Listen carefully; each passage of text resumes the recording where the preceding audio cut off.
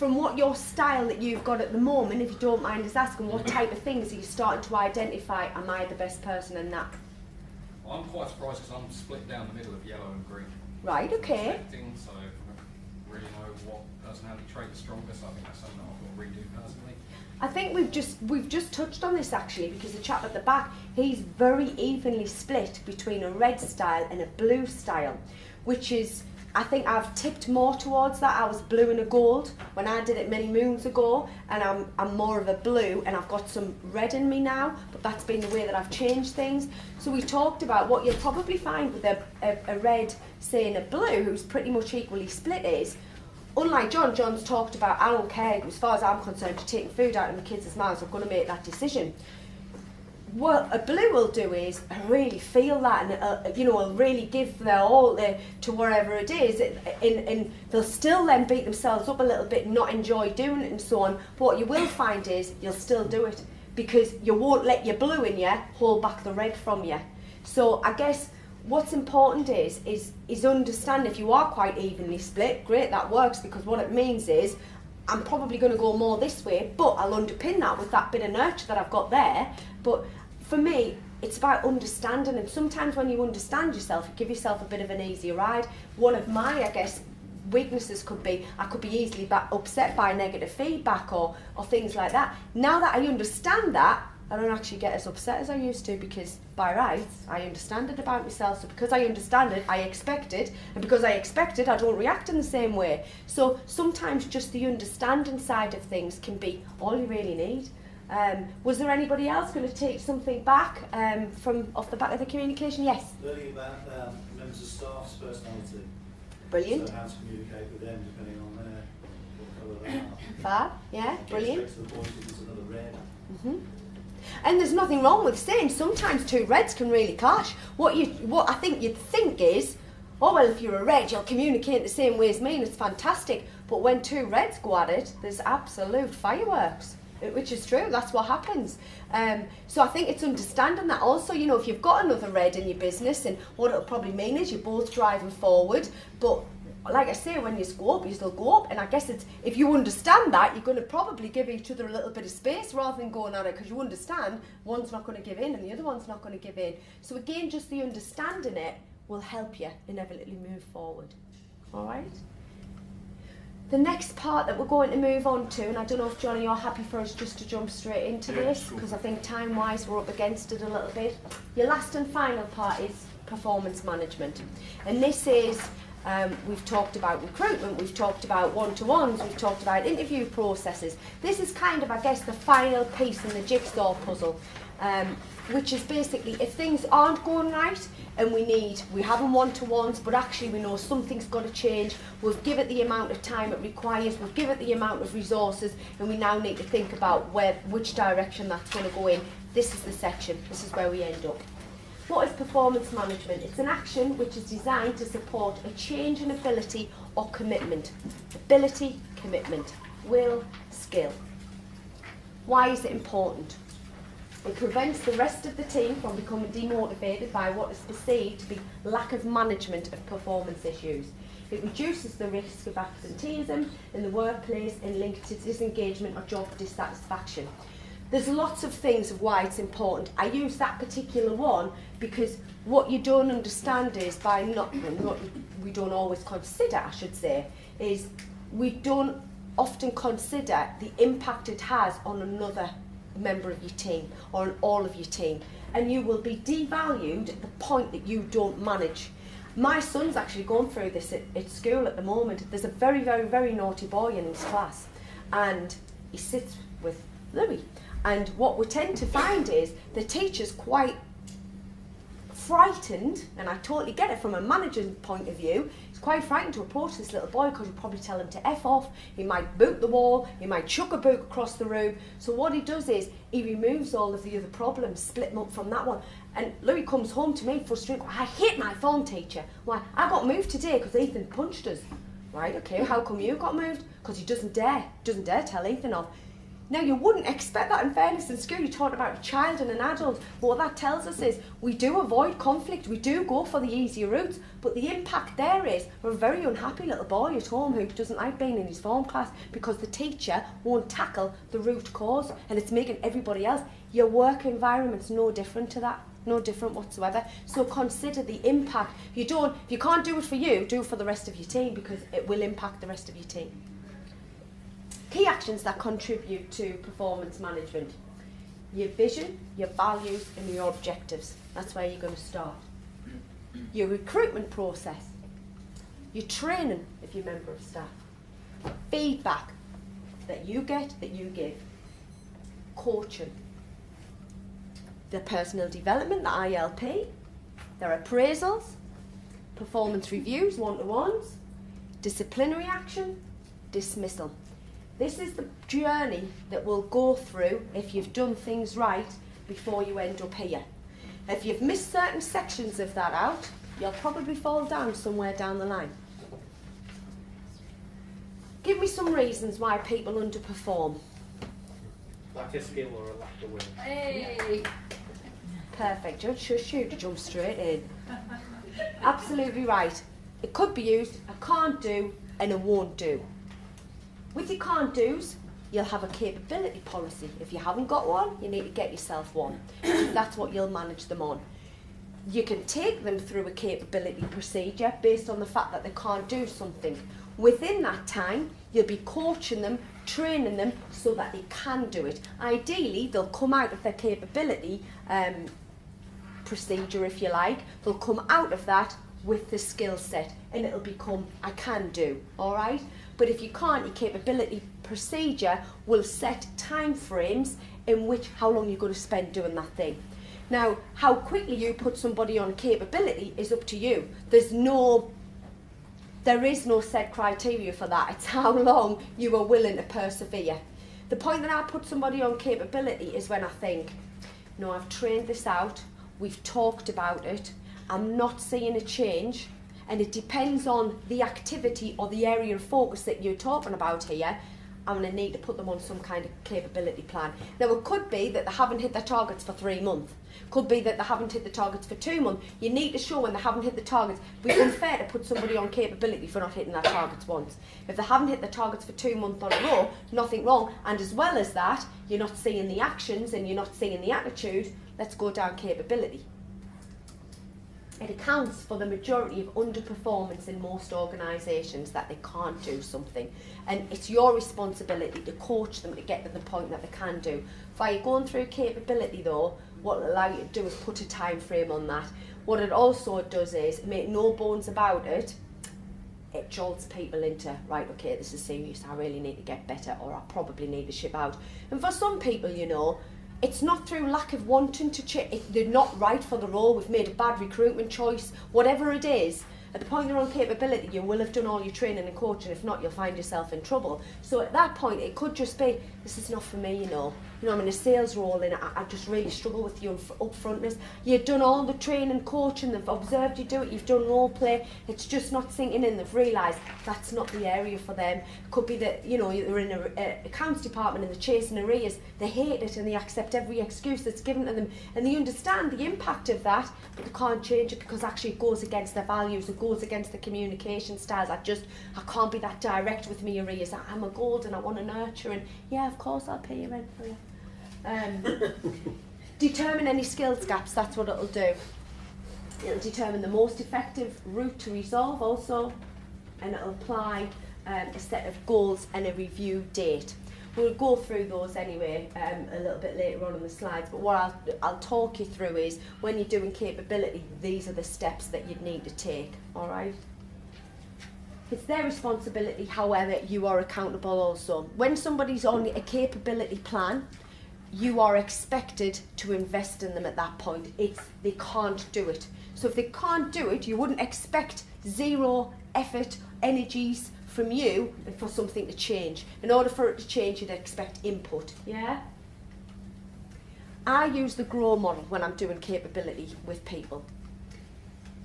I don't know how many people in here have used the GROW model previously or use it currently. GROW. it's a goal. The G stands for goal. What is going to inspire the change? The goal is the change. Now what are we going to do to inspire that change? Reality. Anything is possible. Short-term goals can focus the journey. So the reality of it is, this is the goal. How long is it going to take in reality to get there? Options. What options are available and what are the most effective? So this is the goal. This is how long it's going to take us, and these are the things that we're going to do. The final thing and the most important thing is, we can talk about these things all day long, but if you haven't got this bottom one, that's not going to happen. So when you talk to people and you can put, right, okay, we're going to use the GROW model, it just defines. When we talk about structure, it's another form of structure. Right, this is the goal. This is how long the goal is going to take. This is what we're going to do to get there. Now what I need from you is, have you got the will to put these things right?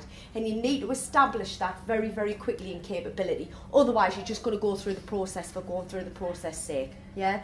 And I guess the point that you're talking to them about with capability is, we're going through this process to make you better. Are you in for it? Or at this point is actually you've realised we've got a square peg in a round hole. And they need to understand that at that point. Process. With capability, initially you'll have an informal discussion. Could be a one-to-one, it could be a review, could just be a little informal chat, whatever it is. You can absolutely do that, and it's a conversation whereby we've had reviews. It's not, things aren't really improving. I'm going to put you on a capability procedure, and this is what that looks like. The next stage is your first formal performance review. So for instance, to give you an example, you might be sat in a one-to-one with somebody and saying, this is the 3rd month we haven't hit target.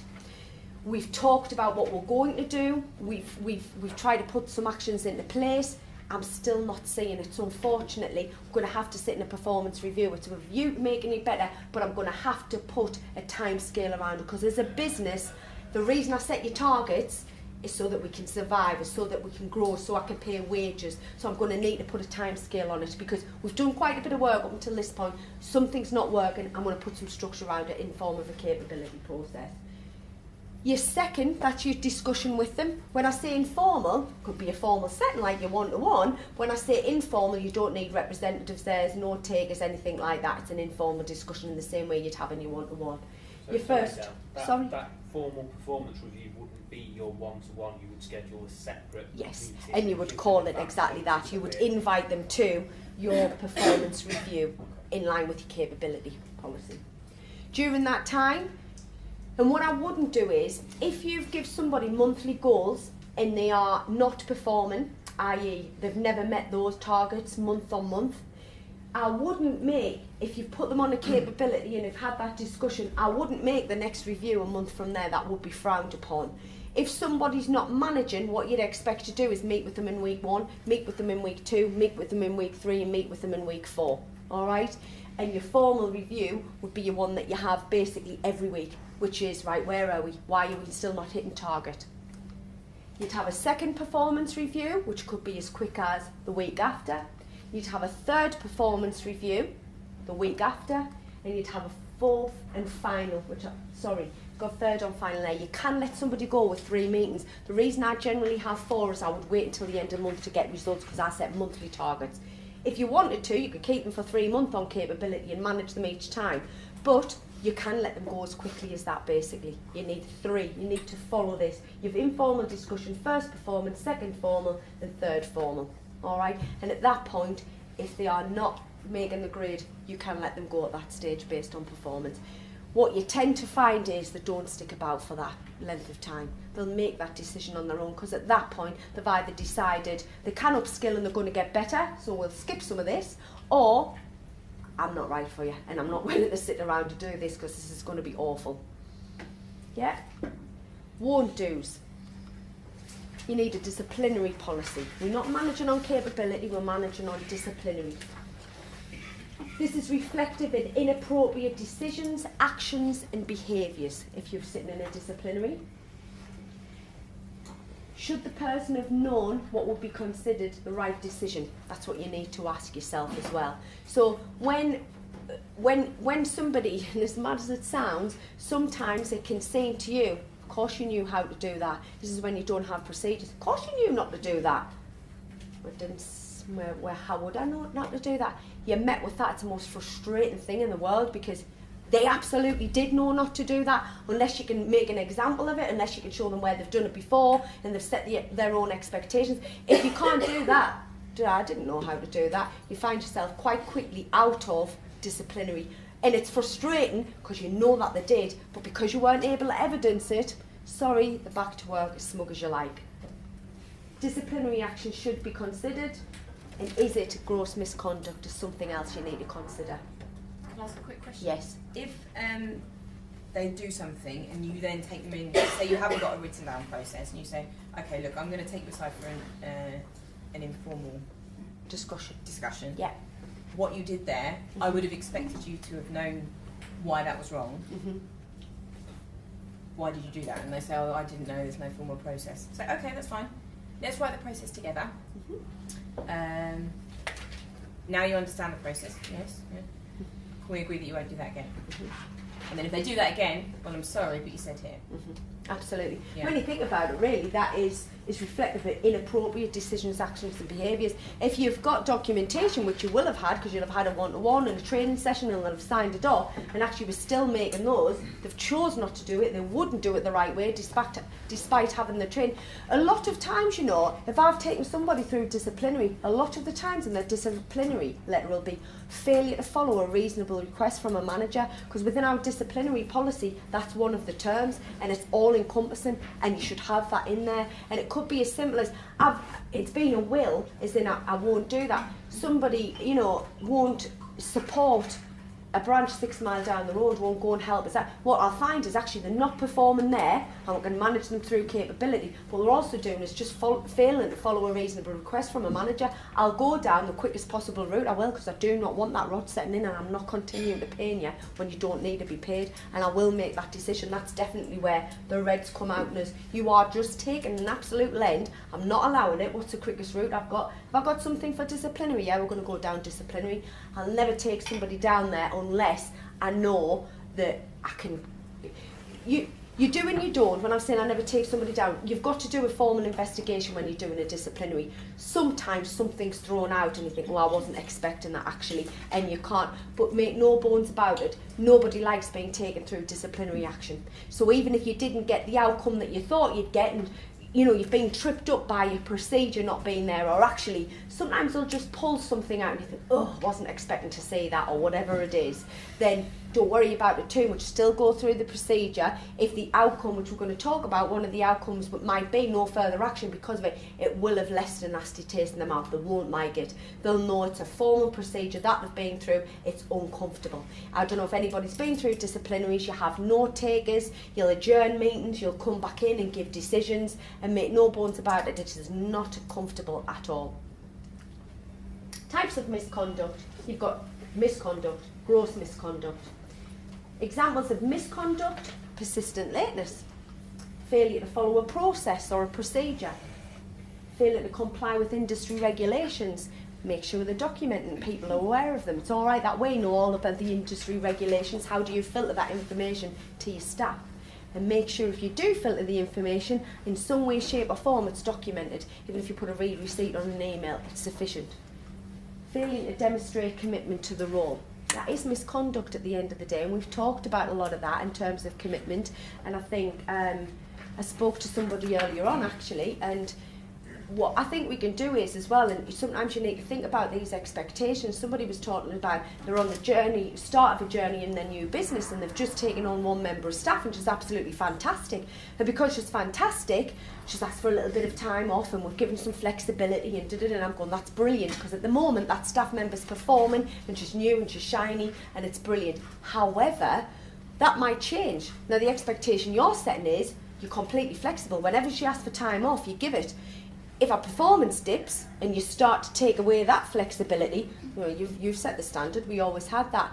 Always make sure as well, if you're giving somebody flexibility, make sure that they know you're giving it them. So make sure when you have those types of conversations, in your one-to-one, you've had a little bit of time off this month. I know your mum hasn't been very well. I'm absolutely fine with that, by the way. I'm more than happy to give you. Your performance has been second none and your attitude's been fantastic. So, and what they'll do, yeah, thank you. What they understand is it's not actually an expectation. That flexibility is linked to my performance. And they'll make the link to go, actually, if my performance dipped, one of the motivators I've got at the minute is flexibility. That might just change. And flexibility is a big thing. How many people do you hear at work when they go, I don't know whether I should start looking for something else. I know that's more money, but I don't think they're flexible. I don't think you can get. It goes a long way, but don't let it become an expectation. Make sure people are aware that actually it's a benefit that you give them, and it's a choice as to whether or not you give them it.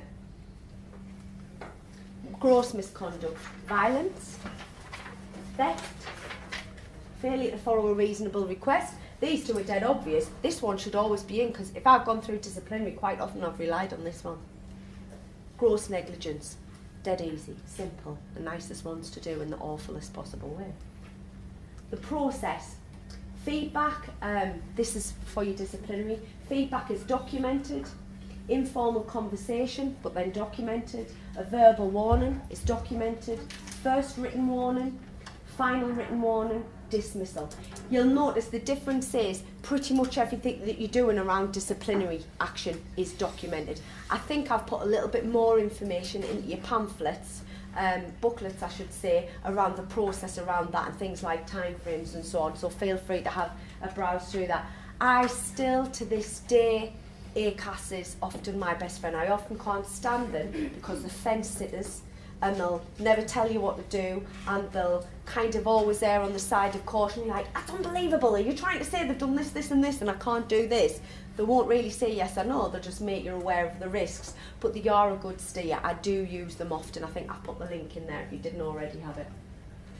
So, last task of the day certainly from me is, using the GROW model, write a brief plan for either yourself or a staff member and start getting used to using that model. Alright, I'm going to give 10 minutes for this one, John, because it's a bit chunkier, I think.